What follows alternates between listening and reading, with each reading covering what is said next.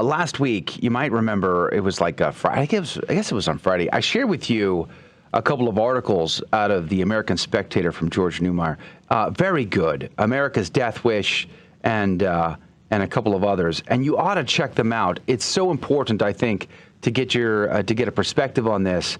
And I think George brings it to the table in his articles. And he joins us now by phone. Good morning to you, Mr. Neumayr. Good morning. Grateful for your time today. When I was reading your articles last week, especially America's Death Wish, I had this sort of a parallel analogy in my mind. You know, you remember back in the day when country music was country music?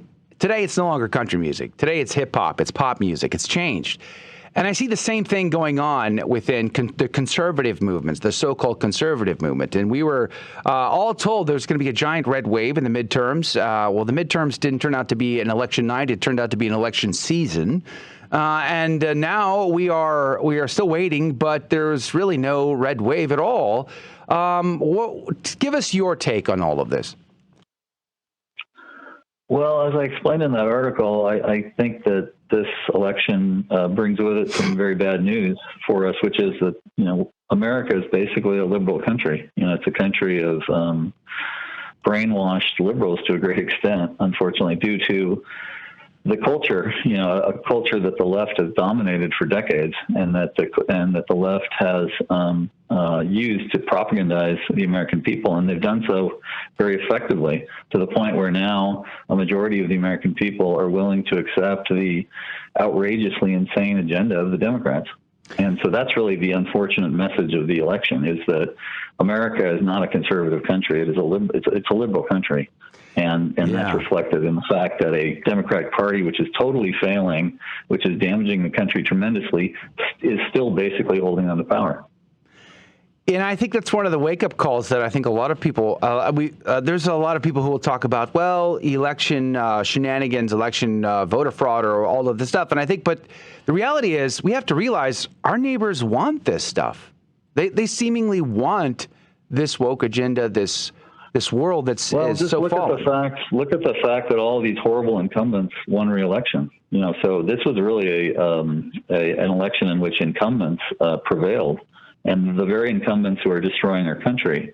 And so what does that tell us? It tells us that the American people are willing to accept the tyranny that these liberals and Democrats are foisting upon them. And why would they do that? They would do that. You can only do that if you've been propagandized, if you've kind of lost your soul and lost your mind. And that, unfortunately, is the fundamental explanation for why the GOP did so poorly and why the Democrats are doing pretty well. And you point out in your article here, it says the relative success of Democrats on Tuesday is a measure not of the public's rationality, but of its submission to wokeness. Those in the 18 to 29 demographic voted for the Democrats overwhelmingly, attribute not to their wisdom, but their lack of it. And the 18 to 29-year-olds came out in good quantity. And as you point out, all voted for this woke agenda. The GOP or the conservative movement hasn't seemed to figure any of that out. Right, and all this is due to the fact that the left has dominated higher education for decades, and these schools, all these colleges and universities are producing graduates who are mindless and soulless to a certain extent, and they're consequently, they gravitate to the Democratic Party. They vote for the Democratic Party overwhelmingly. They accept all these horrible woke ideas because they've been thoroughly corrupted and propagandized by a higher education system in this country, which has been completely controlled by the left for decades. And yet, and so if conservatives want to win again, they will have to reclaim education. They'll have to reclaim culture, because whoever owns culture owns politics. That's the bottom line. Is politics is totally dictated by who controls culture, and the left has controlled culture for 50 years or more in this country, and that's why that's why Democrats are politically successful, and that's why Republicans struggle. They struggle to win because they don't have a firm grasp on the culture. And so, politics is downstream from culture. Culture is downstream from religion, as people have pointed out. So if you lose religion, you lose culture, which is what which has happened with conservatives. Religion has become, the liberals have taken religion out of religion. and then they've completely corrupted the culture. And the American people, consequently, are willing to accept completely insane woke ideas. And that's why Joe Biden, even though he's one of the worst presidents we've ever had, could have had such a successful night on last Tuesday. Well, let's talk about the conservatives, though. The conservative movement seems to be going more woke all the time. What exactly are they conserving if they don't conserve traditional marriage between a man and a woman? There's talk of pro-life, and there's certainly an effort and a better effort for pro-life, the pro-life cause in the conservatives, but they seem to be okay with selling marriage down the river. What say you, George Neumayr? Yeah, I mean, that makes the defeat of the Republicans even more pathetic, because the Republicans are trying to ape, in some ways, they're trying to ape the liberalism of the Democrats, and yet they still can't even win by doing that. Take Oz in Pennsylvania. He issued a very gratuitous statement in favor of gay marriage during the campaign. And yet that didn't help him at all. And in fact, it probably, hurt, probably depressed religious GOP turnout a little bit, and he ended up losing to one of the most pathetic candidates ever, John Fetterman. Oz couldn't even beat a guy who didn't have the mental power to even form sentences. And so what does that tell you about this PC Republican Party? Even when they're trying to imitate the Democrats in some ways, they still can't win. And just, so really the problem here is very fundamental, and it goes to whether, the GOP basically will have to look at this and say, we have to devote ourselves to cultural reconstruction, basically. I mean, that's the fundamental solution to political defeat, is that you have to change the culture. You have to move the culture to the right. You have to move the culture in a conservative way, and only then can conservatives win politically. George, this is Rudy Carlos here, and I'm just wondering, what there's a lot of talk of the GOP looking at itself in the mirror and saying, "Well, we got to change things. This is why we lost." Kind of along the lines of the discussion that we're having right now. What do you think that the GOP should look like in the near future? Well, I think, ultimately, if we want to win on good ideas, I mean, the purpose of winning is not simply to win, it's to win on ideas and principles that will save the country. Mm-hmm. So the issue is not how do we win, it's how do we win on principle, and on the principles that would actually save the country. Because if you don't accept that model of politics, then you're basically accepting a demagogic understanding of politics, which will just end up making the country even worse, and will, so it'll just render winning meaningless. So if you want to win on principle, though, in America, you're going to have to engage in cultural reconstruction. You're going to have to push the culture towards conservatism. Only then will voters be willing to accept conservative ideas and conservative policies and elect the GOP. So I don't see the GOP having any sweeping success until the left's grip on the culture weakens. And so I think they have to devote themselves to weakening the left's grip on the culture. Well, part of my issue is, as a Catholic, I see the whole world through the lens of the Catholic faith and her teaching.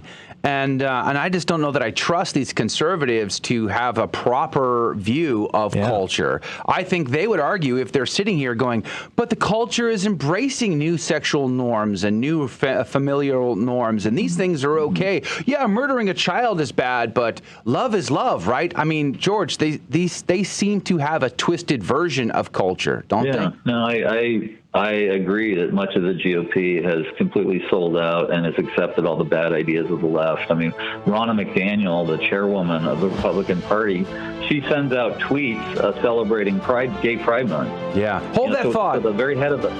George Neumayr is our guest. Sorry to cut you off there, George. We're up at a network break here. We're going to be right back with more from George Neumayr in the American Spectator. America's Death Wish is his article, but he's got more. I want to talk about that coming up next. One of the takeaways, because you just ended right before we went to the break, you were talking about how the GOP seems to have sold out, and I totally agree. And ultimately, to what you were saying earlier, I think the only real solution to the world is a solution in which we obey the Lord's command and actually evangelize the whole world. Try to convert every single soul because God asks us to. But only the bishops can get that done, and it seems like they're on the bench. What say you, George Neumayr? Oh yeah, I mean, They've contributed to this problem by failing to enforce canon law against Joe Biden, for one thing. Joe Biden is the most anti-Catholic president ever, and yet a majority of the bishops refuse to take any action, canonical action against him, even though canon law makes it explicitly clear that they should do so, and that Joe Biden, at the very least, should be refused communion.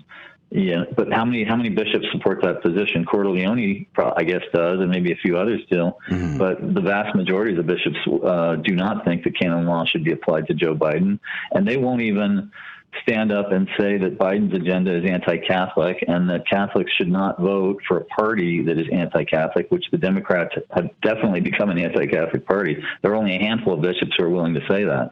So yes, that is contributing to this problem here. We don't have, religion is failing to stop our very destructive politics.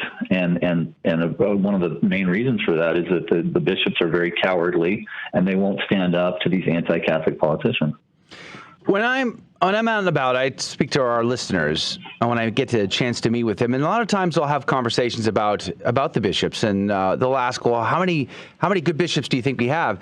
And I want to get your take on this, because my sense is there are good bishops out there, but I think ultimately we've created such a culture, a PC culture, a corporatized culture at the chancery.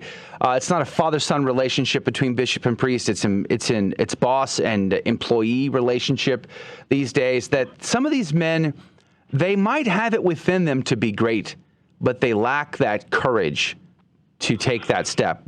What say you, George Neumayr?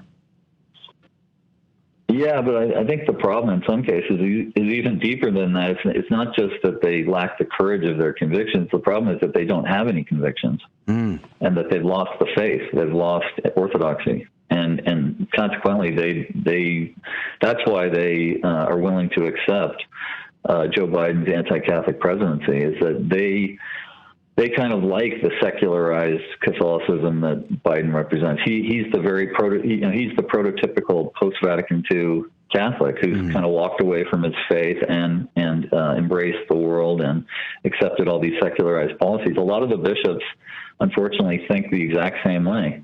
They too want to build a society that is, where the church and where God is sort of separated from public life. And so I think that's probably the deepest reason why they are silent in the face of all of Biden's evil.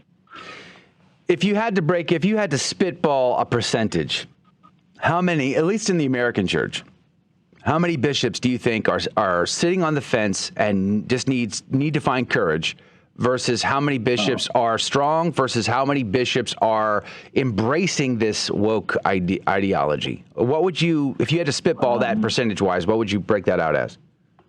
I don't know. Well, I mean, the fact that almost all of the bishops, with the exception of maybe Cardinal Burke and maybe Strickland or somebody like that, none of them said in 2020 that a Catholic should not vote for a pro-abortion candidate. None of them said that. They all of them said, follow your conscience. Follow your conscience. None of them said, do not vote for a pro-abortion candidate. So what does that tell you? It tells you that like 99% of the bishops are okay with Catholics voting for Joe Biden. So to answer your question, I would say the percentage of really honest, Orthodox, courageous bishops is like very, very low. It's like 2%. Yeah. The rest of them are willing to accept the Biden presidency, and you can see that in the fact that they told Catholics that they could vote for Biden in good conscience. And it leads to greater confusion and division within the body, for sure. And at one of the last segments, I was reading the Swiss bishop who was, critiquing this synod on synodality, basically giving up on it, saying it's boundless hypocrisy, confusion, and worse. And then, of course, you have Regis Martin's open letter to the bishops basically saying the same thing. Listen, guys, you need to get back to your mission. You seem to have abandoned your mission to convert the world. They seem more afraid of the criticism of the world, and they want to befriend the world rather than save souls. And how many souls end up in hell? And then there was your article that I read this morning that you put out yesterday. Did Pope Francis protect his graft-ridden cardinals? I mean, the Vatican Bank and the finances coming to the Vatican continue to be a source of grave scandal to Catholics around the world. What's going on there? Yeah, well, that case that I mentioned, this former Vatican auditor who was fired by Pope Francis, this guy has come out and he said, I found all these cardinals to be taking money and putting it in their pockets and, engaging in blatant graft. And I brought this to the attention of Pope Francis. And what happened to me? I get fired. So he gets fired for blowing the whistle on thieving prelates like Cardinal Beshew and others. And as a result of that, he's fired. And so that's why he's suing the Vatican for like $9 million, because he's basically said the Vatican has destroyed his job prospects and his reputation over completely legitimate whistleblowing that in which he engaged. And the whole point he was appointed, theoretically, ostensibly, was to blow the whistle on corruption at the Vatican. But the moment he does that, he gets sacked by the Pope, by Pope Francis.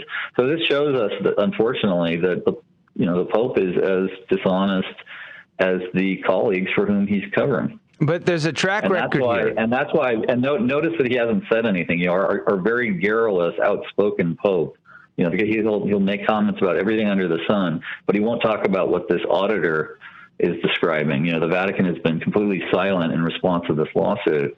It's outrageous. It's outrageous. We were told at the beginning of this papacy that, Pope Francis is going to fumigate the foul odors of, corrupt finance at the Vatican. That hasn't happened at all. He hasn't changed the status quo at the Vatican. On the contrary, he's solidified it.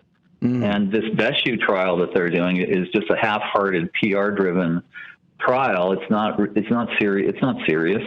If the Pope was serious about smoking out Beshew and all of his corruption, he wouldn't have fired this auditor. He would have protected him, and he would have kept him in his position. But he had him fired. George, whenever we talk about these kind of things in regards to what's happening in the Vatican and firing different people in different places, a lot of this ends up coming down to a lot of political maneuvering, and people are scared, like, oh, this person knows too much, or this person has blackmail on this person. And so we never really see things carried out the way we as lay people, we look at it and we're like, well, it's simple. You do X, Y should happen, but these things don't happen. What do you think about how the hierarchy should take care of these issues? Well, they should be honest, which they're not. They're not honest, and they're playing games all the time, and they're pretending. Pope Francis likes to talk a good game about reform, but he never likes to play one. And also another point to be made here is just the utter hypocrisy of a Pope who inveighs against the greed of capitalists while protecting the greed of his own cardinals. These cardinals are engaging in graft, and he's protecting them. So if he's really serious about, ending a world of greed, why doesn't he start at home with his own cardinals, his own greedy cardinals? Why doesn't he stop them? Jesus Christ said to the charlatans of his day, "Physician, heal thyself." And unfortunately, that injunction, we have to admit, applies to his own vicar right now. Pope Francis, heal thyself. I mean, don't go around the world condemning capitalism and condemning greed if you're not going to stop greed at the Vatican.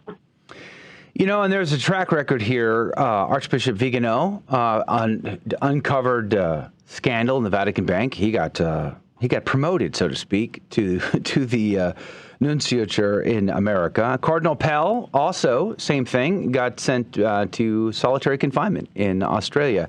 So there seems to be a track record here of people who are trying to fix the financial situation, and it doesn't usually end up well for them, isn't there?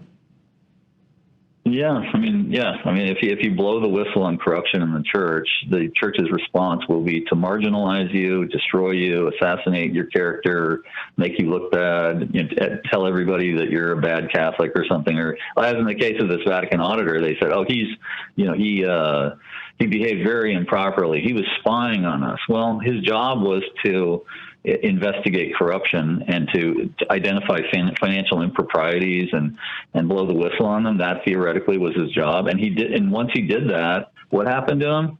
He wasn't promoted. He wasn't retained. He was fired. So yeah, I mean the church is on completely, like the Vatican is completely on the side of the bad guys, and is willing to just take out all the good guys. It is confusing. Beshu trial, the Beshu trial was just a consequence of all the bad publicity that he was getting. But is it a sincere trial? I don't think so. Well, it is incredibly confusing to the lay faithful who want. I mean, who wants to wake up and be critical of the Pope or the hierarchy at all? I mean, no one does. But the reality is that's the world we're living in, and we have to be prudent and wise in these times, in spite of all the scandal and the division we see here. So I don't know. I wish we had better answers other than we have to live in a state of grace, and we still have to convert sinners because sinners go to hell, and we don't want that. We want them to go to heaven forever. And yet I believe until the bishops find that courage, find that gear within them to be faithful to Christ and to his teaching and to his mission, the world will not only continue to suffer, but I argue the world's going to get worse because it's cold. It is a very cold world in this woke reality. George, last word. Yeah, I mean, the church is supposed to change the world, not be changed by the world. And yet what we've seen for decades is a church that has been completely changed by the world and that has been corrupted by the world and that reflects all the bad things in the world. In fact, in some ways, the church is lower than the world. Like we see all these cardinals, like Bishop Bello was raping teenage boys for decades. Has he been defrocked? No, he hasn't been defrocked. And this French cardinal, French cardinal. Exactly. Has he been defrocked? No. Oh, we're out of time, George. Okay. Out of time. I'm sorry, but God love you, George. We are grateful that you joined us today. Check him out at spectator.org. Look for George Neumayr's articles there. George, God bless you. God love you. Have a great day, sir. That's going to do it for hour number one. Join us in the second hour. Tito Edwards from BigPulpit.com is going to be on. Hey, there's live coverage of the Men's March coming up as well. God love you.